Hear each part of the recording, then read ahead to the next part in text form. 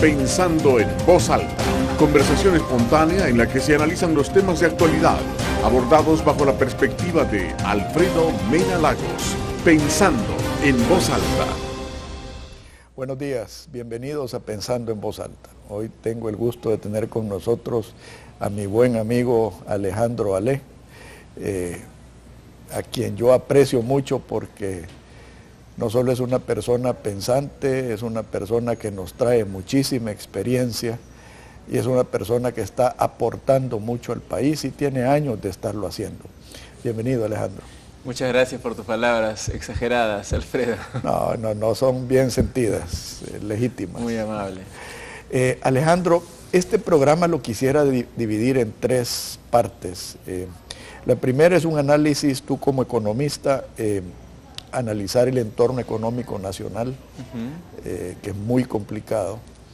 Segundo, en el segundo segmento me gustaría que analizáramos la experiencia argentina y el entorno económico mundial que se está complicando poco a poco y cómo nos puede afectar a El Salvador. Y tercero, hablar del tema energético, que es tu ocupación en estos momentos y creo yo que es parte de la solución de las necesidades energéticas de El Salvador. Con gusto, Alfredo, claro. ¿Qué análisis harías tú de la situación económica de El Salvador en torno a la fuga de empresas, en torno al déficit fiscal, en torno al doing business aquí, que cada día somos menos atractivos y que tenemos la menor tasa de inversión extranjera en Centroamérica? Sí, nada nuevo, ¿no? Todos son cosas que vienen ocurriendo, no es de ahora y... Ni solo de este gobierno. Ni de este gobierno de ahora, ni del anterior, viene de arrastre de muchos años. Si uno mira el crecimiento económico que tuvo El Salvador luego del final del conflicto armado, tuvo un crecimiento muy fuerte que estaba más por demoras, por crecimientos previos que no se habían dado, ¿no? Una especie de rebote de haber estado tanto tiempo retenido. La otra vez yo estaba analizando un reporte similar que se había hecho en Chile con unos años anteriores, cuando Chile comenzó a tener su repunte económico, luego se empezó a mesetar.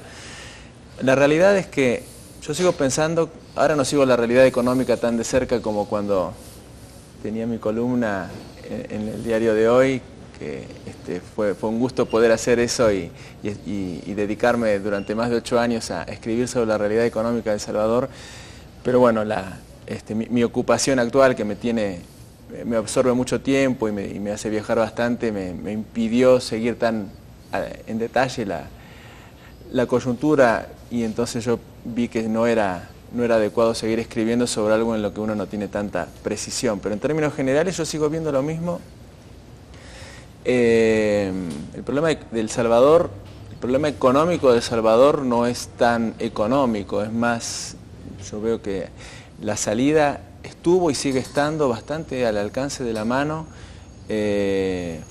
probablemente por el hecho de no tener la maldición de los recursos naturales, que es esa maldición que tienen los países de Sudamérica. Parece una paradoja, pero vemos Argentina, Venezuela, tantos países con gran cantidad de recursos naturales tienen comportamientos económicos muy, muy deficientes, versus otros que quizás con menos recursos naturales están creciendo más. Perú es un ejemplo. Perú también tiene recursos naturales, pero nunca fue tomado como un ejemplo del nivel de los que tiene Argentina, por ejemplo.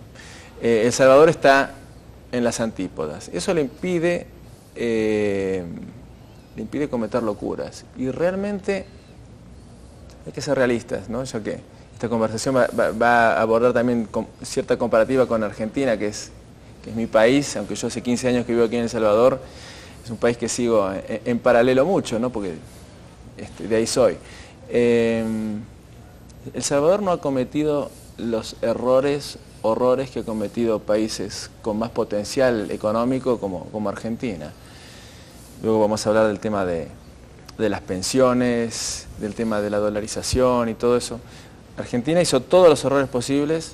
Probablemente El Salvador no tiene la posibilidad de cometer tantos errores porque se incendiaría rápidamente y bueno, de alguna manera quienes están a cargo de la cosa pública han tenido la claridad de ver, muchachos, hay cosas que no se pueden hacer. Salir de la dolarización, se hablaba mucho y todo, y se quedó.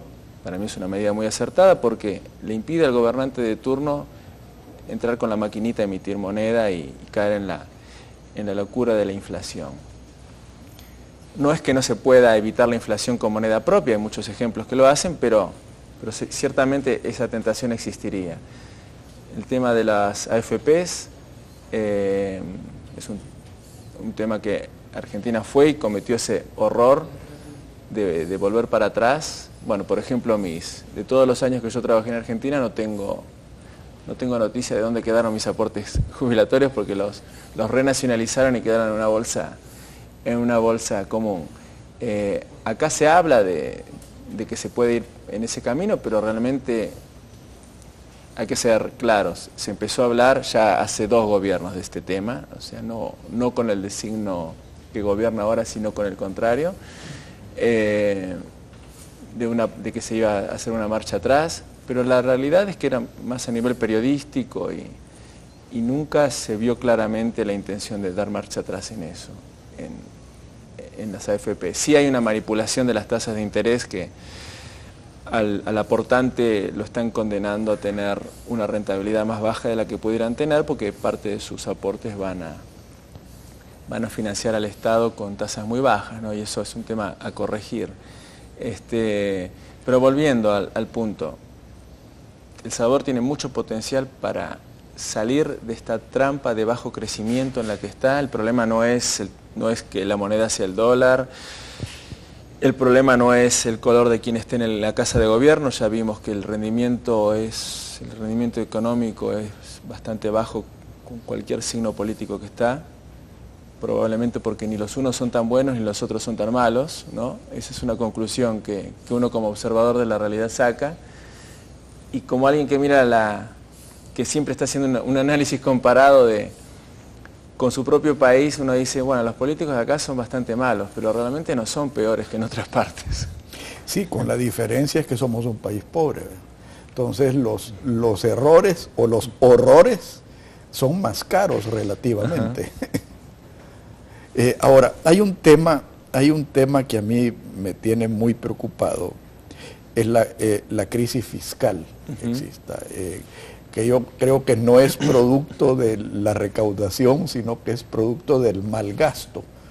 Y en ese sentido, eso nos plantea ciertos riesgos y ciertos efectos que se ha vuelto un círculo vicioso. Sí, el tema de las finanzas públicas, ¿no? Que tiene que estar balanceado el presupuesto. Para que las finanzas cierren, hay alternativas que afortunadamente El Salvador no puede usar, que es la emisión monetaria. Entonces, estando bloqueada esa alternativa, hay que vivir con la recaudación o con endeudamiento. El endeudamiento es algo que se va a tener que pagar en el futuro, que pagarán nuestros hijos o nietos, pero que aparte comenzamos a pagar nosotros mismos ahora porque genera intereses que hay que estar pagando. El nivel de endeudamiento que tiene El Salvador, bueno, se podría contraargumentar que es más bajo que el que tiene Estados Unidos y que el que tienen muchos países. Y el que tuvo Argentina en su tiempo. Horroroso, y del que tienen otros países europeos. Me iba por el lado de los desarrollados para hacer el contrapunto. Pero justamente porque son países desarrollados, Estados Unidos o Italia, el hecho de tener un alto endeudamiento no necesariamente los condena, pero bueno, nosotros tenemos que acostumbrarnos que estamos de este lado del mundo y que si los niveles de endeudamiento son de más del 50-60%, ya el mundo nos comienza a mirar con recelo, y esa es una realidad, sin hacer un análisis de valor de qué malo que es el mundo de las finanzas con nosotros. Esa es la realidad.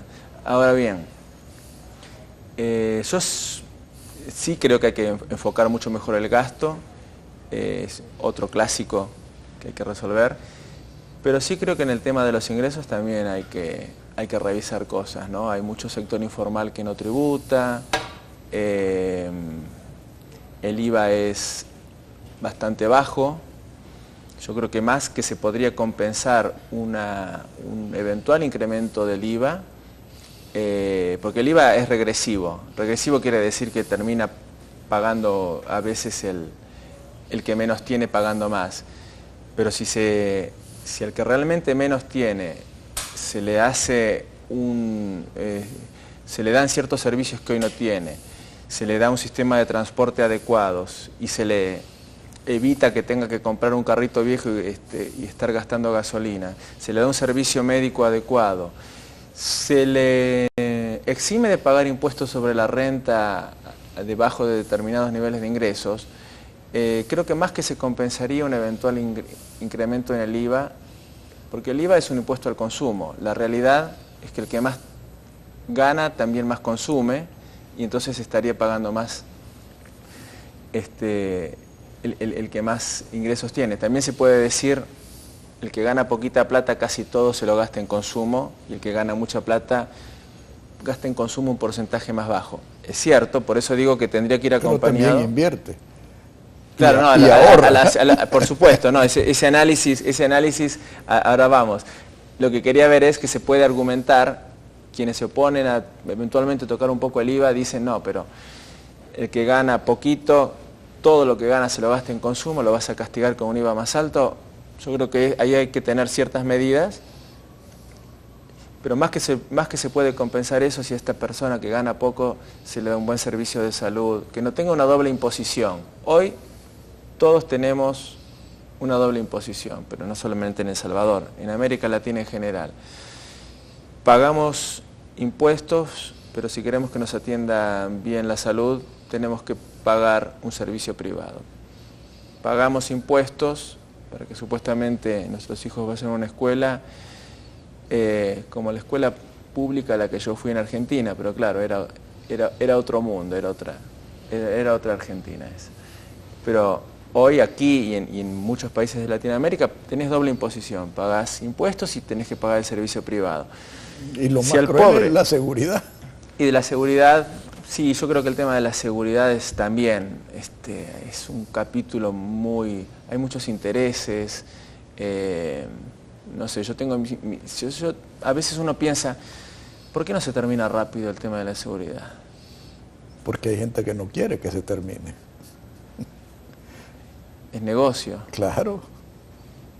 Entonces uno se pone a pensar, tantas agencias de seguridad, ¿se le termina el negocio? ¿Cómo es? Entonces, no, es una pregunta que cualquier persona lógica e inteligente se tiene que hacer. Y es preocupante, ¿no? El tema de la seguridad es preocupante no solamente por el costo económico, que en el fondo sería lo de menos, sino por el costo social, el costo de vidas que se pierden. Es un crimen que los chicos tengan miedo de ir a la escuela porque en el camino las maras los atacan. Y los niños que emigran, Alejandro. O sea, ese tema es horroroso, es una desgracia. O sea, eso para mí es un costo a mediano y largo plazo, porque a veces están emigrando las mentes más brillantes.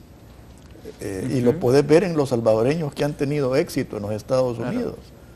Bueno, ese es un tema que ves. Y esto se combina, porque para mí analizar el tema económico per se, el numerito, la planilla de Excel, todo eso, cada vez me convenzo más de que es un error. Tiene que ver con el comportamiento social, con cómo actúan las personas, qué incentivos le da la sociedad para que actúen bien, qué castigo le da si actúan mal. La economía es una ciencia social. Correcto. Nosotros lo tenemos bien claro, a pesar de que algunos creen que es una planilla de Excel. La economía es una econometristas. ciencia. Los econometristas. Pero los verdaderos economistas. Los que saben, nuestros respetados y admirados austríacos, Mises, Hayek, con los cuales se pueden tener ciertas diferencias sobre el rol del Estado. Yo en lo personal creo que al Estado le cabe un rol subsidiario mayor al que aquellos austríacos consideraban, quizás por por no ser un hombre de la academia pura, sino más de la vida real. Y empresario.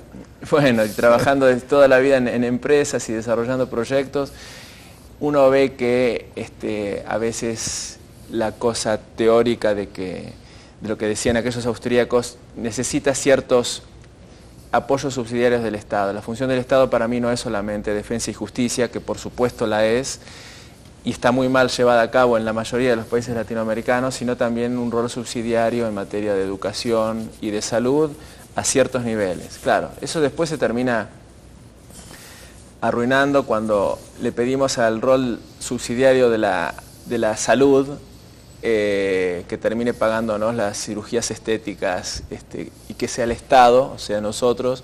No, el rol subsidiario de la salud para con la sociedad tiene que ser para cosas realmente importantes, ¿no? Pero bueno, volviendo al punto, me parece que el énfasis en lo numérico en la economía es un error, porque al final de cuentas las sociedades terminan teniendo los comportamientos que sus reglas le permiten, y los políticos no necesariamente son peores de lo que seríamos cualquiera de nosotros puestos en el rol de políticos, ¿no? No, y es que como hablábamos fuera de cámaras, Alejandro, tú dijiste una cosa muy sabia. La clase política sale de la sociedad, y si la sociedad de cierta manera está enferma, va a generar una clase política enferma. Sí. O sea, hablábamos también de la inversión de valores, cosas que son muy difíciles de analizar porque de cierta manera se vuelven círculos viciosos. Sí, y faltan ideas, ¿no? Me da risa. Salgo de mi casa y veo un gran cartel que me dice: el grillo cuida tu bolsillo. Todos sabemos quién es el grillo, yo lo conozco personalmente, que es un señor simpático, pero si la propuesta que te hacen de ese lado es una pseudo rima así, estamos en el horno, ¿no? Y que, bueno, no me quiero meter a criticar, pero no creo que sea muy consecuente. Entonces, pero bueno, la calidad de los políticos y todo eso, hay que ser realistas, que se genera en lo que permite la sociedad. La sociedad permite que ese tipo de gentes, el no involucramiento también, ¿no? de todos en términos generales. Bueno, a mí aquí no me corresponde, pero por ejemplo yo bien pudiera haber, en los muchos años, en los 40 años que viví en Argentina, muy bien pude haber participado en política y no lo hice, entonces ahora no te quejes, ¿no? Ya vamos a hablar de Argentina, porque a mí sí me preocupa que estemos siguiendo ciertos pasos sin las condiciones de riqueza que tiene Argentina. Así que, por favor, no nos cambie, ya volvemos.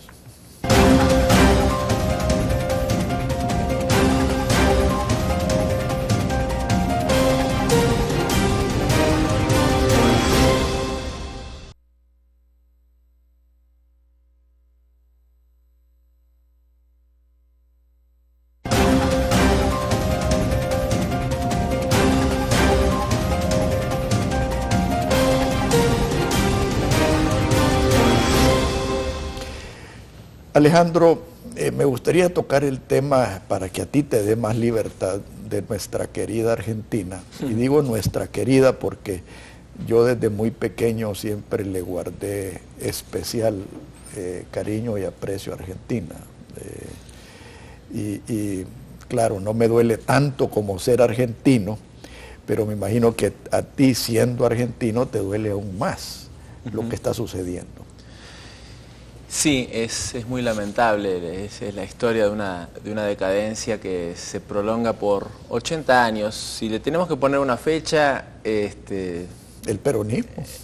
Sí, yo creo que un poquito antes. Para mí es el 6 de septiembre de 1930, que fue un golpe de Estado que cortó 80 años, más allá de que probablemente al oyente no le pueda no interesarle tanto ciertos detalles. Yo creo que vale la pena reflexionar un poco sobre un país en muchos aspectos comparable, en algunos no, en los recursos naturales, pero la gente es muy parecida, digamos, la sociedad tiene muchos más puntos en común de los que a veces se cree, la sociedad de El Salvador o de Argentina, de países de América Latina.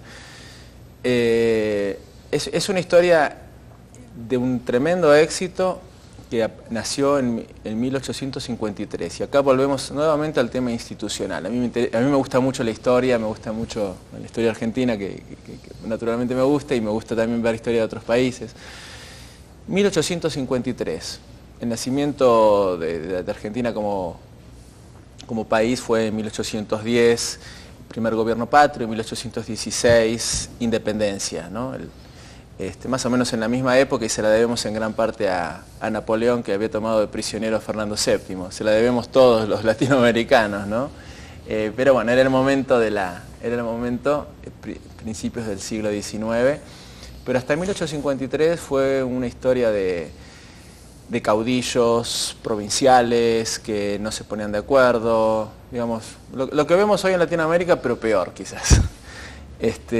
Y 1853 marca con Juan Bautista Alberdi, un tremendo pensador, se inspiró en la Constitución de California de 1849, de California, y literalmente la tradujo, y bueno, y ahí marcó un orden institucional, 1853, cuando se aprobó esa Constitución, que hasta 1930, casi 80 años, marcó el crecimiento, un crecimiento espectacular de estas pampas salvajes que eran hasta ese momento. Bueno, Argentina llegó a ser la 7ª economía mundial. Estuvo en el top 10, sí, y no solamente porque era el PIB per cápita, sino porque atrajo mucha inmigración. Naturalmente los recursos naturales ayudaron a ese crecimiento. Llegaron los ingleses y pusieron un sistema ferroviario espectacular. No lo hacían de bondadoso, sino que lo hacían para... un negocio. Es radial, para que llegue todo, de distintas líneas llegan a Buenos Aires, y ahí se exportaba. Me interesa hacer este preámbulo para saber por qué llegó a ser lo que fue y qué pasó después. Y llegó a tener un nivel de... se crearon universidades. En el medio, en esos 80 años, aparecieron figuras portentosas como Domingo Faustino Sarmiento. Yo cuando iba al colegio, a los chiquitos nos hacían cantar el himno a Sarmiento, que decía: padre del aula, Sarmiento inmortal. Sarmiento era un rebelde, era un maestro que llegó a ser presidente de la República en el siglo XIX, 1870, en esos años. El tipo había vivido en Estados Unidos unos cuantos años y se llevó de regreso varias maestras, porque para él tenía una frase célebre que decía: hay que educar al soberano. El soberano es el pueblo. El pueblo, correcto. Hay que educar al soberano. Después decía: bárbaros, las ideas no se matan. Que esa frase era de Volney, un pensador francés, que la podemos leer en el redondel que está arriba del Pricemar, ahí yendo para de Madreselva. En uno de los redondeles está citada esa frase. Él lo decía porque él lo habían, se peleaba, lo habían echado a Chile, tuvo muchos problemas, pero el tipo era un gran cabeza dura, y después vino la ley de educación pública impulsada por él, de salud pública, y por eso había tanta inmigración también, ¿no? Y llega a ser caso que un nieto de inmigrantes, como mis abuelos eran libaneses y del lado de mi mamá eran italianos, un nieto de inmigrantes, mi papá trabajaba en el banco, pudo ir a una muy buena universidad. Estoy hablando ya de los años, fines de los 70, principios de los 80, ya la decadencia había empezado hace rato, pero ese crecimiento tremendo que llegó hasta el año 30, después vino el control estatal, Banco Central, Junta Nacional de Granos, todo eso es previo a Perón. Después vino Perón, del 45 al 55, del 46 al 55, mucho populismo, pero a eso también le echo bastante la culpa a quienes no pensaron también en que había que apoyar a ciertos sectores que estaban relegados, ¿no? Entonces se había creado, en términos generales era una sociedad que crecía mucho, que había muchas oportunidades para las clases altas y medias, las clases bajas estaban relegadas, y explotó la bomba que la trajo un tipo muy oportunista, muy inteligente, comparable con alguno de los caudillos que vemos ahora, quizás no, porque era de otras ligas, pero es alguien a quien yo admire, pero digamos hay que reconocerle que Perón tenía un olfato político que ninguno de los que vemos por estas épocas tenía, y el tipo explotó ese olfato. Explotó eso e inyectó la semilla del populismo, y que prendió muy fuerte, y hoy Argentina es un país totalmente abierto a cualquier populista que se le presente, por más que el promedio de educación de su población sigue siendo bastante alto, con bastante dolor y vergüenza, yo debo decir, hay una degradación educativa y cultural que hace que oportunistas se sigan aprovechando de aquella inoculación de la semilla del populismo que hizo Perón en su momento. Y te voy a decir, entre más te escucho, más vamos llevando a Pénjamo, porque lo mismo está sucediendo aquí en El Salvador, con menor calidad y mayor vulgaridad. Ese deterioro social que tú ves, que genera una clase política bastante corrupta y populista, está sucediendo lo mismo aquí.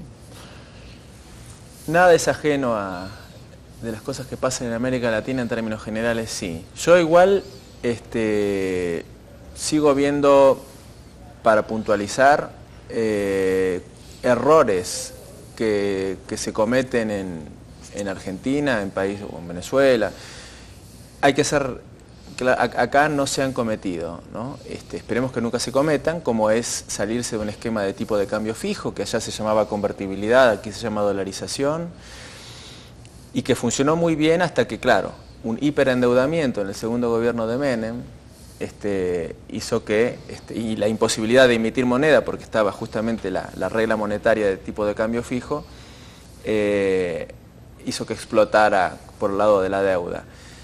También acá hay otro tema, que yo estoy convencido que es así. La idea del libre mercado está tan mal vendida por gente que se apropia de ella de manera, los que realmente creemos en la libertad de mercado, debiéramos lamentarnos muy profundamente de que esta idea haya caído en manos de mercantilistas, acá y en toda América Latina, y en todo el mundo quizás, pero hablemos de América Latina, de gente que lo que quiere es simplemente tener prebendas para tener el control de un mercado. Y bueno, y esta es una historia de El Salvador que por supuesto no empezó en los últimos 5 años y 100 días, sino que viene de mucho más lejos, ¿no?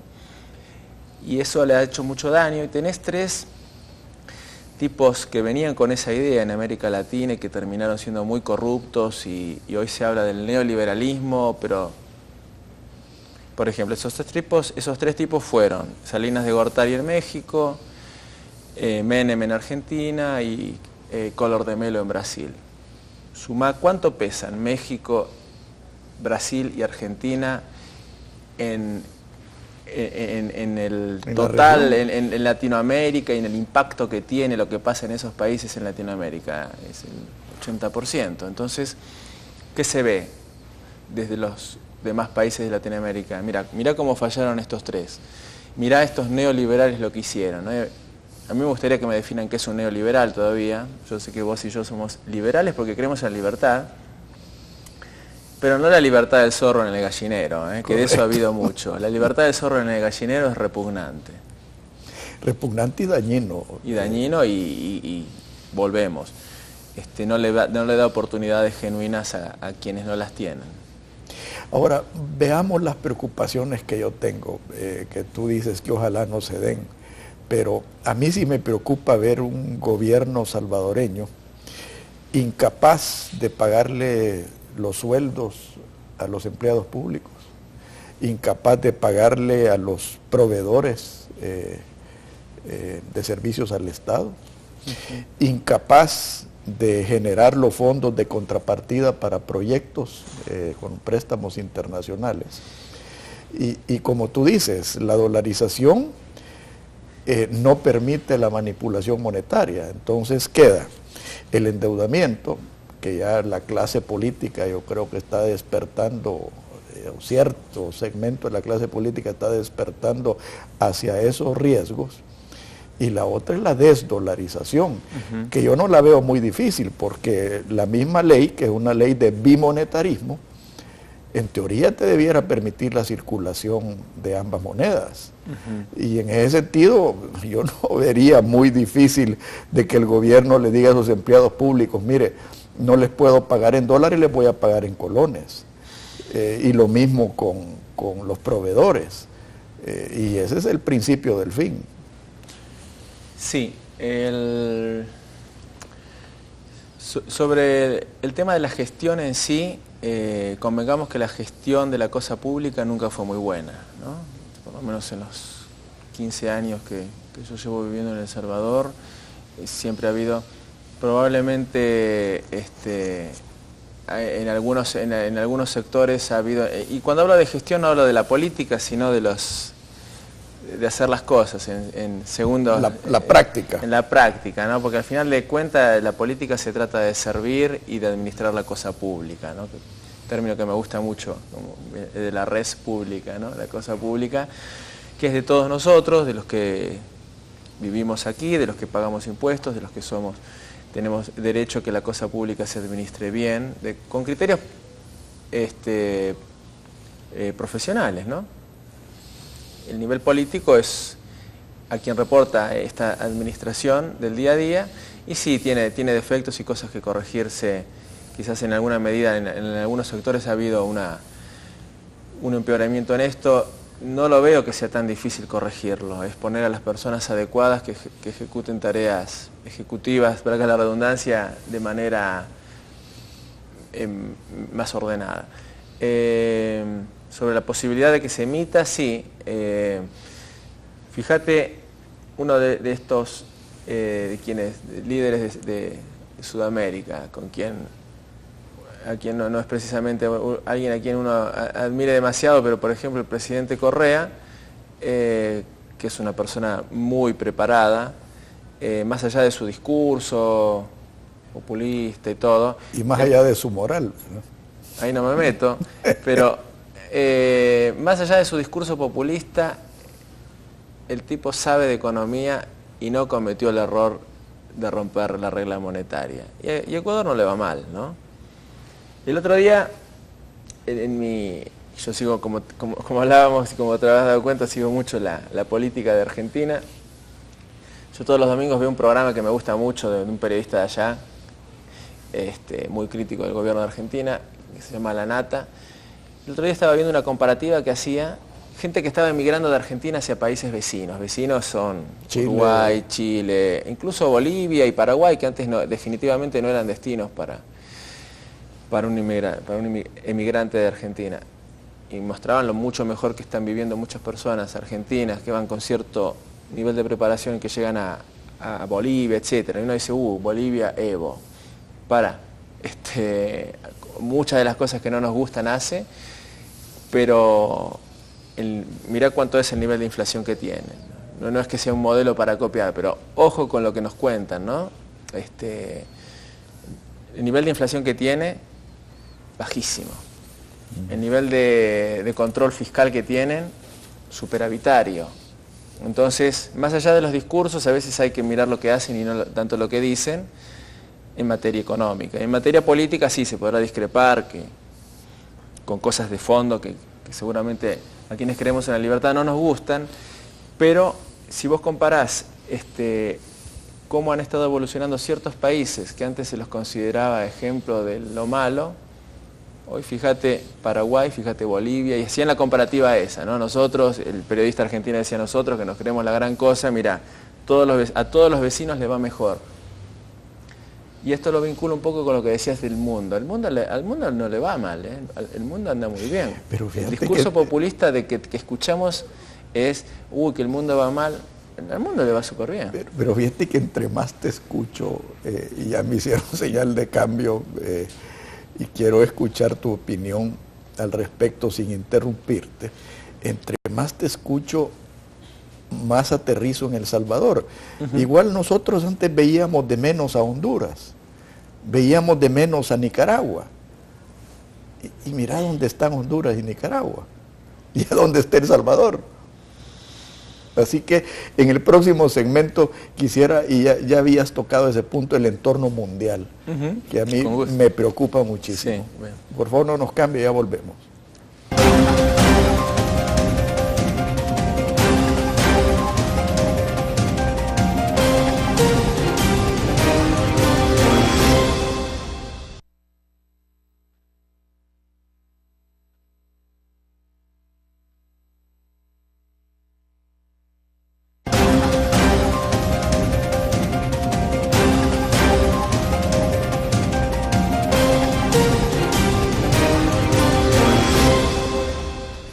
Alejandro, tú tocaste el tema del entorno mundial y una de mis revistas favoritas es el Economist inglés. Y en el último Economist empiezan a hablar de la amenaza de la deflación en Europa, en Japón. China está creciendo mucho más lento. Y a mí me preocupa el hecho de que cuando aquellos países tienen catarro, a nosotros nos va a dar pulmonía. ¿Cómo ves ese entorno de cara a El Salvador? El Salvador tiene una gran interdependencia con Estados Unidos, no solamente por los 2 millones de personas de salvadoreños que viven allá, porque la moneda es la misma, y eso es muy bueno. Tendrá pros y contras, pero yo creo que es una red de contención que le da a este país su vínculo tan cercano con la primera potencia del mundo, ¿no? Sin entrar en juicio de valor, si me gusta el capitalismo, no, la realidad es que quita grados de libertad a quien quiera cometer locuras el hecho de estar tan vinculados con Estados Unidos. Yo estoy convencido que el rendimiento, la performance de un país no está tan atada a lo que pasa en el resto del mundo, al menos habiendo dicho lo que dije de la vinculación que tiene con Estados Unidos, ¿no? Pero al menos si es un país que no vive de las exportaciones de materias primas, que el mundo esté creciendo menos, que los precios de los commodities, vemos cómo se vino abajo el crudo, de 140 que había llegado, estaba en 100 hace un tiempo, el año pasado, ahora está en 80, los granos, la soja, que es una exportación muy grande que tiene varios países de Sudamérica, todo eso está bajando de precio, los commodities. Eso es un problema fenomenal para las finanzas públicas de los países de Sudamérica. Para El Salvador yo te diría que es bueno, porque El Salvador, lejos de ser un exportador, es un tremendo consumidor, por lo menos de combustibles, ¿no? Tremendo a su medida, pero digamos, como no produce nada, todo se importa y pega. Y si lo que se importa es más barato, bienvenido. Depende mucho más de cómo se hagan las cosas. Y vuelvo a lo que charlábamos recién. El entorno mundial es el mismo para todos, ¿no? Si hay viento para todos. ¿Por qué hay países como Perú, al que le está yendo súper bien? O hablábamos de Bolivia, hablábamos de Paraguay, para compararnos con países comparables, valga la redundancia, países que no necesariamente tienen tantos recursos naturales. Bueno, digamos que Bolivia sí los tiene, pero a Bolivia no solo le está yendo bien porque exporta gas, porque tampoco los está explotando en la medida en la que pudiera, ¿no? Una cosa es tener el gas ahí abajo y otra cosa es estar explotándolo. No, y ahora tienen el litio también, que es importantísimo. Sí, lo tienen ahí abajo, pero mientras no lo transformen en riqueza, va a ser un recurso. Pero digamos, lo que quiero decir es, hay países a los que les puede ir bien o mal, independientemente de la situación internacional. La situación mundial no es que se caiga a pedazos nada, simplemente el mundo está creciendo menos. Es un problema para Sudamérica. Yo creo que es una buena noticia para la baja de los commodities para El Salvador, ¿no? Ahora, yo te hacía el comentario en el sentido de la generación de empleo, porque si ya somos el país menos atractivo de Centroamérica para inversión internacional, un entorno internacional complicado va a disminuir las posibilidades de inversión extranjera, que es en mi opinión, es lo principal que nos puede sacar adelante. Entonces, yo ese riesgo lo veo real. Sí, hay algunas malas noticias, por ejemplo, Maseca que se va. Lo del Citi no sé si es tanto, es más un tema de ellos, que no creo que tenga que ver puntualmente con El Salvador. Se salen de la banca de consumo en varios países, pero vendrá otro banco. Sabemos que vienen otros bancos y eso no es una decisión. La de Maseca habría que ver cuál fue el motivo por el que... ¿Falta competitividad? Sí, el tema de que la energía es cara y de que lo que se gasta en seguridad y todo. Hay cosas que debiera ser tan fácil corregirlas y llegar a un acuerdo para que no. Porque muchas veces la inversión extranjera, equivocadamente en la América Latina se ha creído que para atraerla hay que darle beneficios fiscales. Vos vas a estar acá porque vas a pagar pocos impuestos. Y al final de cuentas no necesariamente. Primero, y es únicamente un componente. Es un componente que es importante, pero las decisiones de inversión en un país no se toman tanto por... Solo por eso. Sí, si el nivel de carga fiscal está en el orden de países comparables, ningún inversionista extranjero va a decir, me voy porque me pasaron la tasa de impuestos sobre la renta de 25 a 30. Nadie se va por eso. Se suelen ir por otras cosas, por el costo de la energía, porque tiene que gastar, porque no tienen cantidad y calidad de gente preparada para lo que necesitan, por temas de inseguridad, porque infraestructura. Por infraestructura es vital, ¿no? A veces es más difícil llegar de algún país de Latinoamérica a Estados Unidos que quizás llegar desde Australia a Estados Unidos, porque al fin de cuentas las trabas para el transporte internacional muchas veces están mucho más en la infraestructura local, en un puerto. Bueno, hablando de eso, esperemos que el puerto finalmente se concesione y salga adelante, porque eso no fue un regalo de Japón, eso es un préstamo, ¿no? Y aparte es un crimen tener ese puerto con tanto potencial para mover contenedores, muerto de risa desde hace cuánto. Sí, 8 o 10 años. El gobierno de Saca, que ya estaba bueno, que se concesione bien no es tan difícil, no debiera ser difícil. Ahí hay que ser, bueno, sé que están en este proceso, en este momento no lo sigo de cerca, pero sé que hay un proceso para la concesión y la realidad es que el beneficio que le trae a un país como El Salvador tener un puerto bien operado por un operador internacional, el más competitivo y el que más beneficios le da a El Salvador, es enorme, no solo por la actividad del puerto. Enseguida que se concesiona el puerto va a haber que hacer una autopista buena entre La Unión y San Salvador. Hoy vas por el litoral o entre La Unión y Honduras.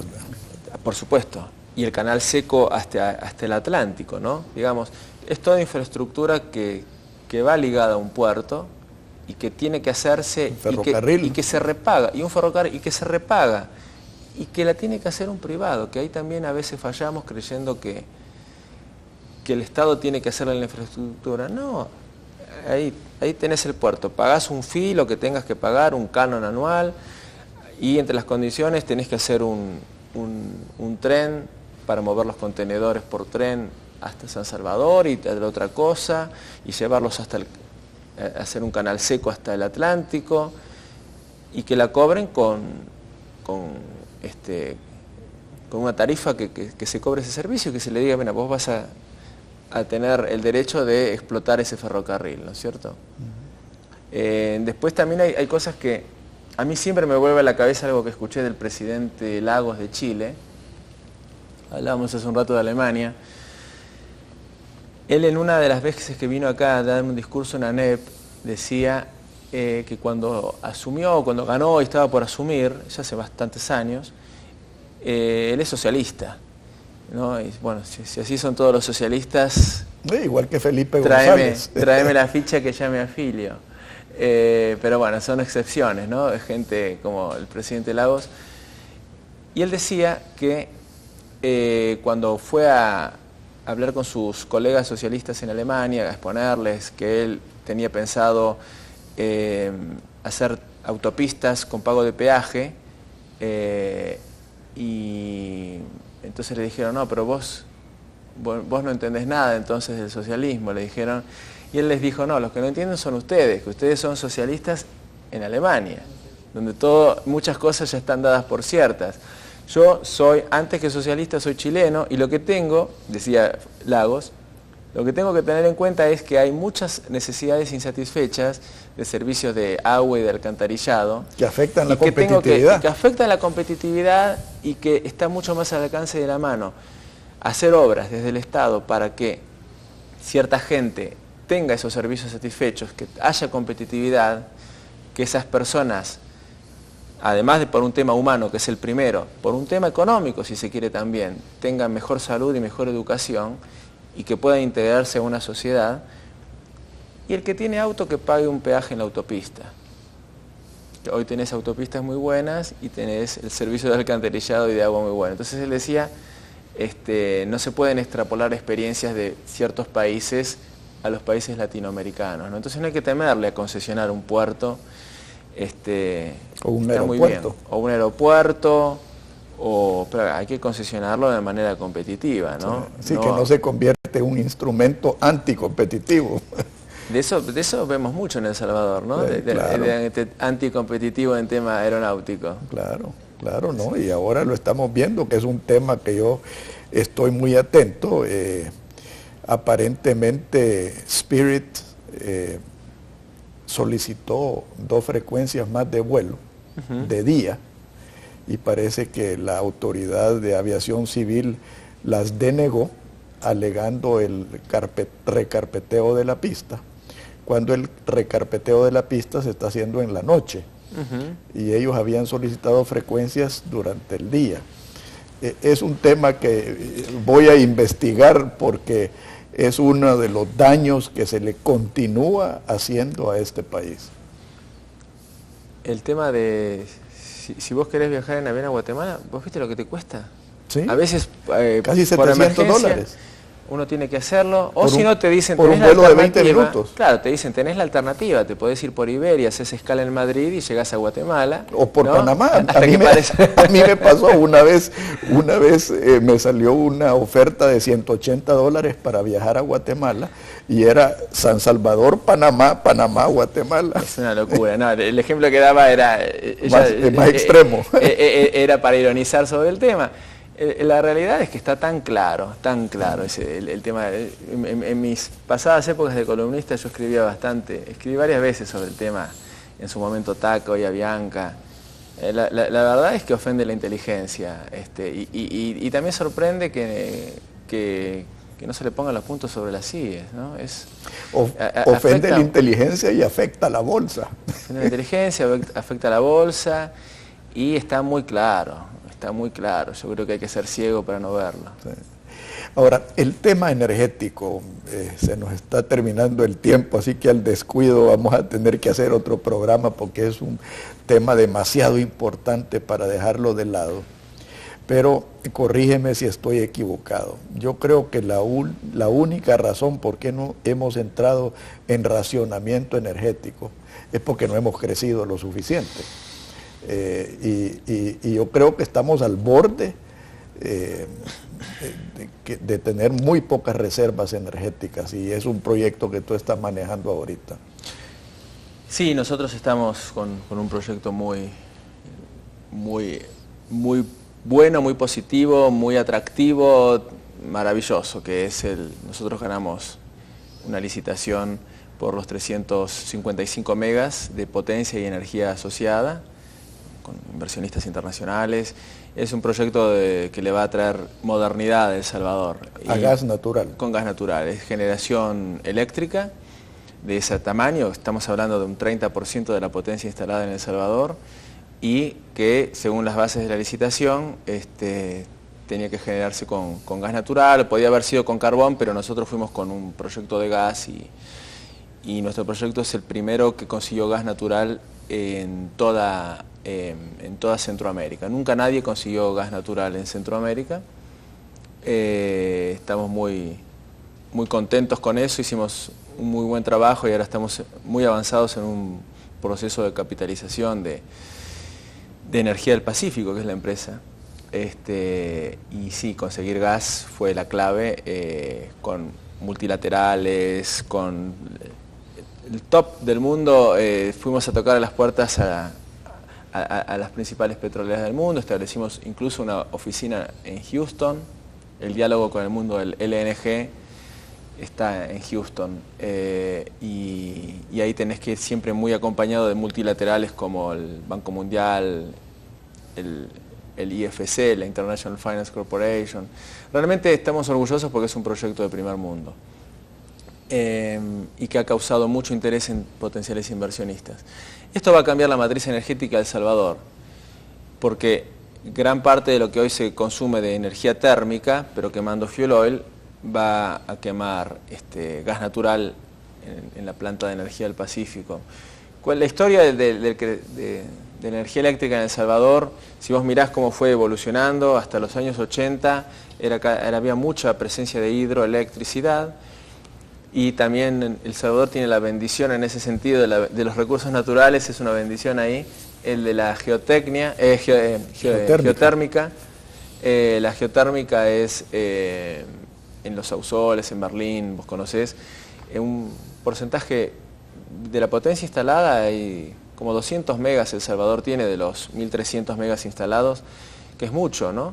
Es el segundo país del mundo en porcentaje de geotérmica, después de Islandia. El Salvador tiene, de la energía que se consume, el segundo porcentaje en el mundo de geotérmica, y que es muy bueno.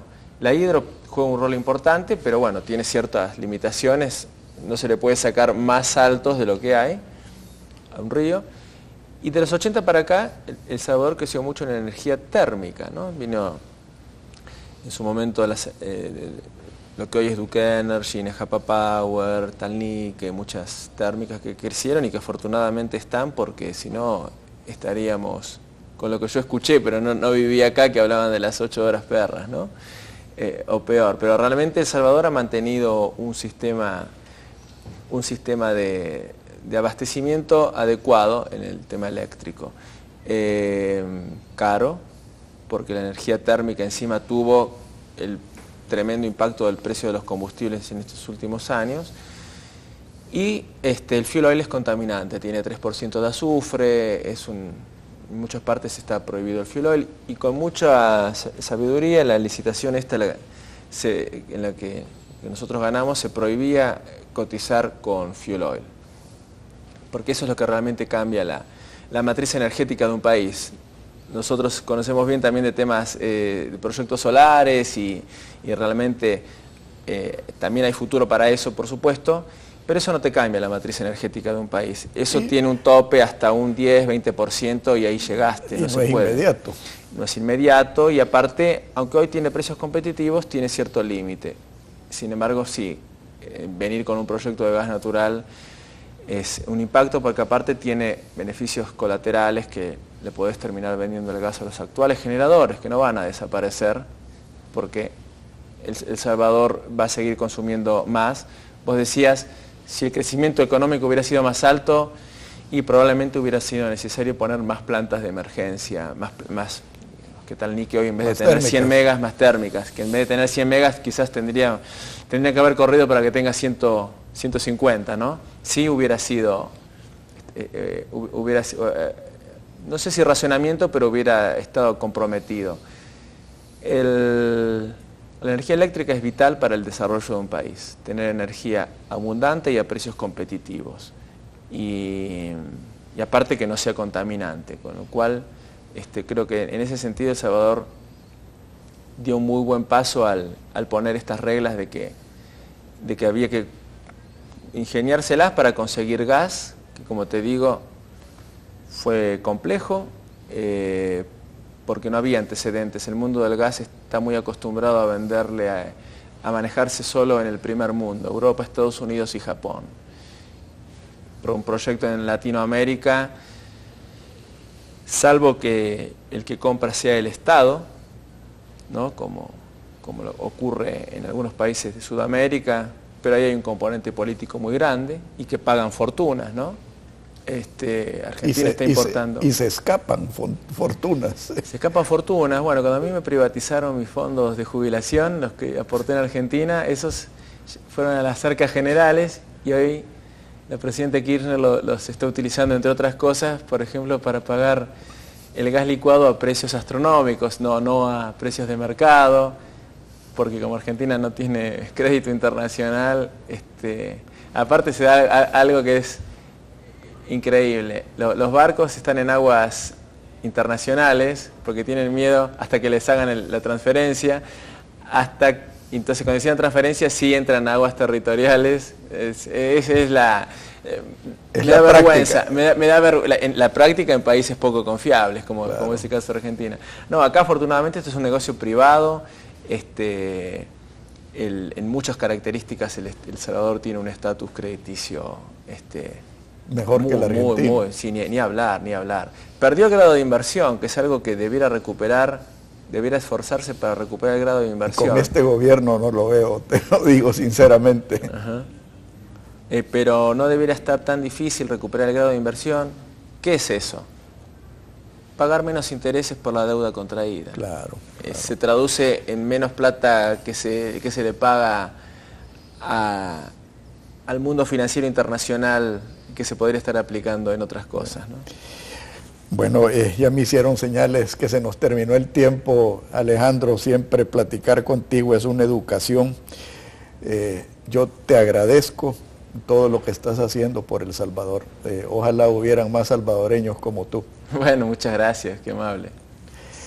Que Dios los bendiga a todos. Muy buenos días. Esto fue Pensando en Voz Alta, conversación espontánea en la que se analizan los temas de actualidad, abordados bajo la perspectiva de Alfredo Mena Lagos. Pensando en Voz Alta.